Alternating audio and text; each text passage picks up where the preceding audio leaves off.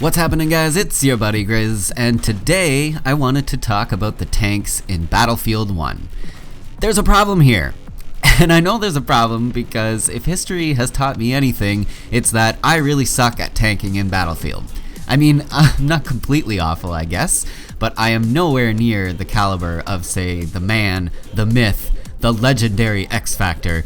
But when someone like me can get in a tank and go on a massacre spree with little to no resistance, there's a problem. Now, I realize a lot of people have already brought up this fact in countless videos here on YouTube, but I definitely think it bears repeating. The tanks are a bit OP. There definitely needs to be some sort of balancing done here, if you ask me. Right now, you almost need a full squad running the right type of equipment and all communicating together just to take one out. And we all know how much teamwork goes on in a squad of strangers. But I'm here to give you my take on the tanks and what I think DICE could do to balance them a bit more. And it includes some balancing of some other equipment as well. So here we go.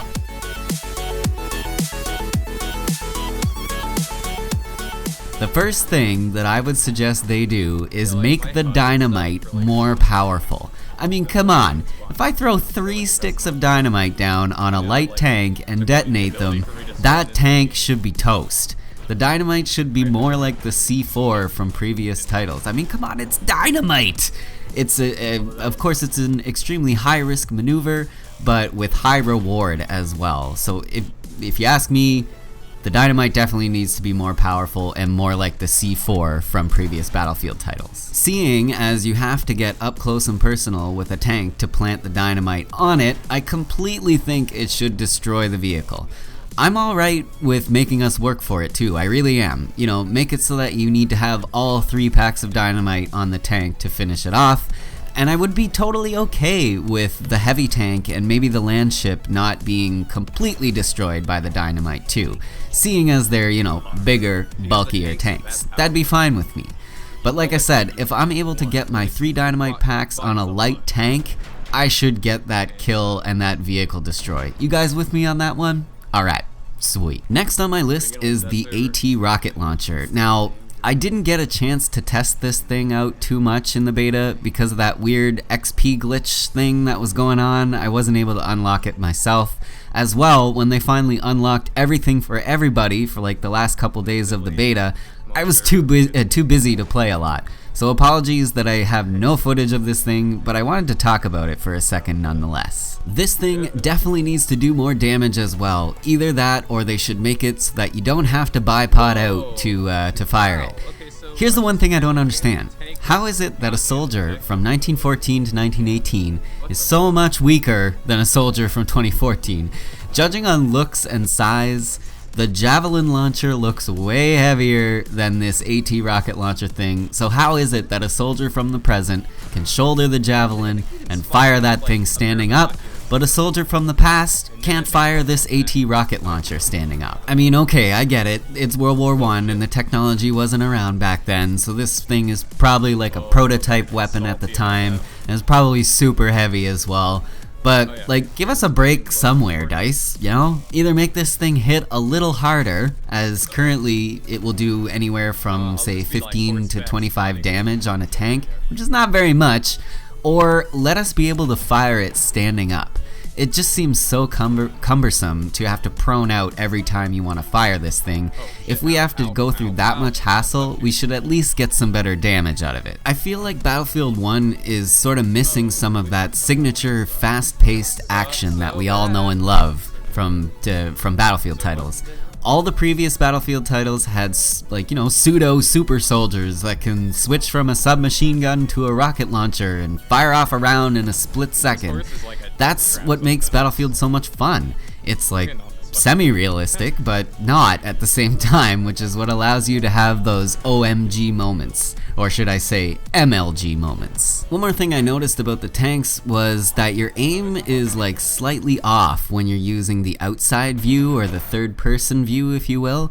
They severely limit your field of view when you're in the first person view, so my first thought was, hey, let's use the outside view exclusively.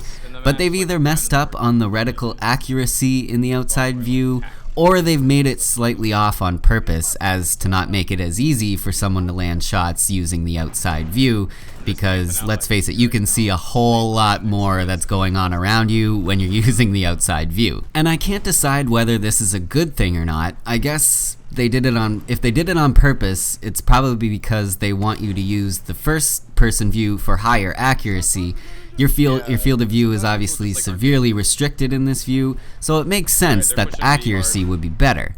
When you're using the outside view, you can obviously see a lot more going on around you, so it's easier to spot enemies trying to come up behind you, throwing AT grenades at you, what have you, but your accuracy is a little worse. Now that I've said that out loud, I guess this is a good thing. Plus, all you really have to keep in mind when you're using that outside view, from what I've noticed anyway, is just aim your reticle slightly above where you want your shell to actually land. That's the sweet spot right there. And that's not that hard to do or remember either, so I guess it kind of balances out. Not upset about that really, I just thought it would be worth mentioning. And the last thing I have to say about the tanks has to do with how you can repair the tank. I'm kind of shocked to see that you don't have to get out of the tank to repair it, and I'm not sure I like that. I think it makes it even harder than it already is for infantry to take out a tank, and I also think this will encourage tank camping. Before, you would have to physically get out of your tank to perform repairs, making you extremely vulnerable while you do. So you could easily be picked off and have your tank stolen by an enemy if you weren't careful about it, and I really like that. You had to kind of think about where you placed not only your tank, but also yourself in order to perform some repairs, or you could have a lackey get out and do it, of course, but now it's pretty much all up to the driver. No longer can you send the grunts out to do the grunt work, it's all on the driver now, but being able to stay inside the tank while repairing, I think it might be a bit too much. It's too protecting almost. And if you've got a guy sitting off in the distance, in his tank, it will be extremely difficult to take him out. Anytime he gets hit, he'll just hold down that X button without having to get out and without fear of being sniped while repairing. I think it's just going to encourage campers a bit more, but you know, that's just my opinion. One thing I do like about this though is that you have to complete like a full repair cycle, so to speak, to get any health back. Like that circle has to go around completely before you can get any portion of your health back. So if you're being actively fired on by another tank, it will be pretty hard to repair, and you'll be sort of forced to try to deal with the threat first before you can repair your tank.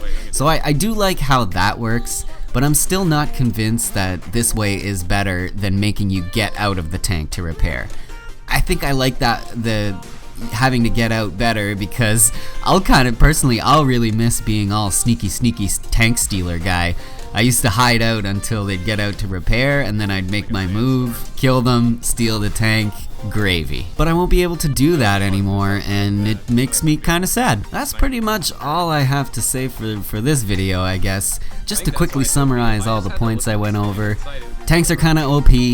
The Dynamite is wimpy and needs to pack more of a punch. 3 of those guys should definitely be enough to take out a light tank. The AT rocket launcher needs more punch, or we need to be able to fire it without going prone every time. And the repair mechanic caters a bit too much to the tank driver, and I think it's going to encourage tank camping. So DICE, please fix. Anyway guys, that is my 2 cents on the matter. I'm very interested in knowing what you guys think of the tanks, the Dynamite and the AT rocket launcher. Do you agree with my points, or do you disagree? Do you think the tank campers are going to be the bane of Battlefield 1, or do you think they're completely fine? Let me know what you guys think in the comments. Other than that, I really hope you enjoyed watching this video. Thank you all so much for watching it. If you're new around here, I'd love it if you hit that subscribe button. If you do, that means we're pals, you and I. You want to be pals, right? Right? Pandering aside, I appreciate you all so much. My name's Grizz, and I'll see you all in the near future. Peace.